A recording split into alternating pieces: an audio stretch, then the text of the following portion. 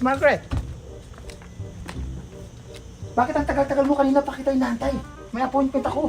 Napakainit ah. Kahapon ka pa dumating. Hindi ka pa dumiretso dito sa bahay. Ang traffic!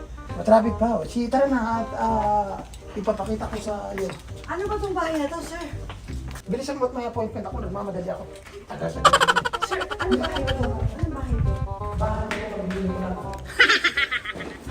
Anong bahay to? Anong bahay to? Bilisan mo. Ito bang bahay na ano? Pag-ibili ko lang ng Dito mismo. ba? Dito ba ako na yung ano?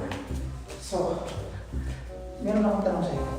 Ano ba nangyari kay Samuel Bilibid at parati na nakansel ang kanyang flight? Hindi ko maabot ko sa sila makunta. Baka nagbabae na naman sila. Pakiayos mo at kailangan ko siya dito. Kailangan ko ng nagbabantay sa akin. Pag-buksan mo.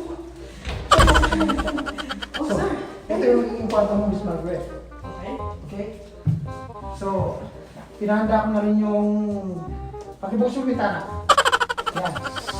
So, kailangan na lang dito, kailangan mo si Kalbo. Ang yung syota. At dali mo dito at para makita mo mga gandang tanawin. Miss Margaret, yan. Oh, sir! Meron pa palang flavor dito ah. Siyempre. Andito ba yung diet? Oy! At Miss Very Margaret, nice. pwede ba? Ano, sir? Pakikuhaan ako ng ticket papuntang New York.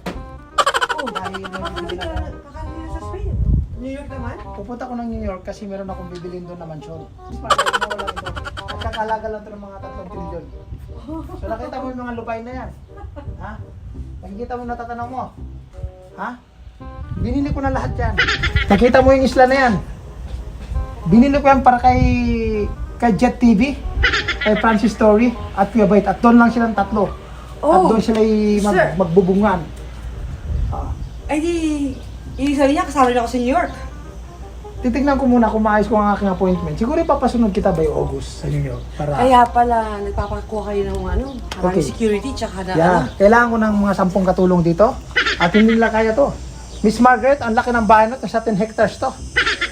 Itong bahay lang. So, yung mga garden pa yan. So, ibig sabihin, dito ako mag-stay ngayon? Dito ka mag-stay at ang bahay na to, pinagawa ko lang para sa katulong lang.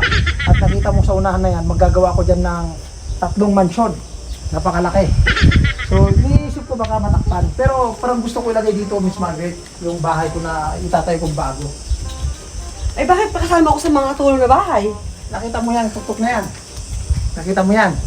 Oo. Diyan ko ilalagay ang bahay para makita ko yung view sa galing sa baba.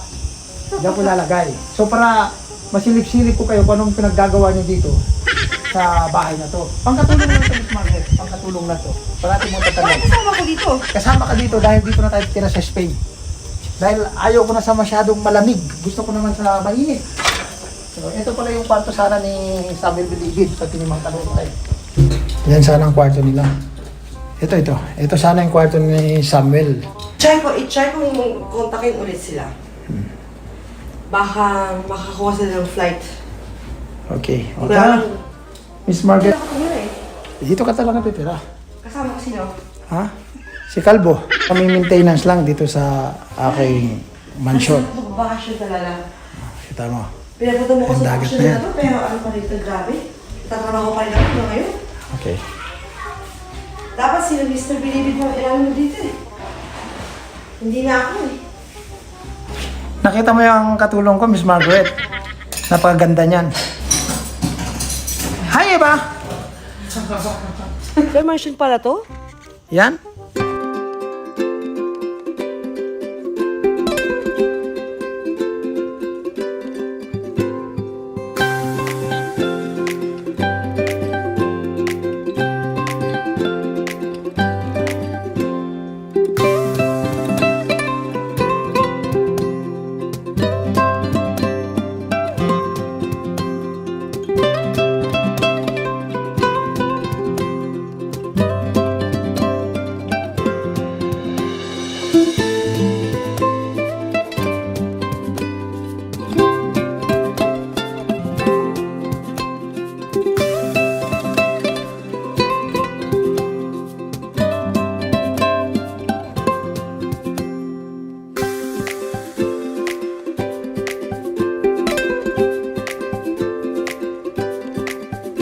Relax lang po tayo.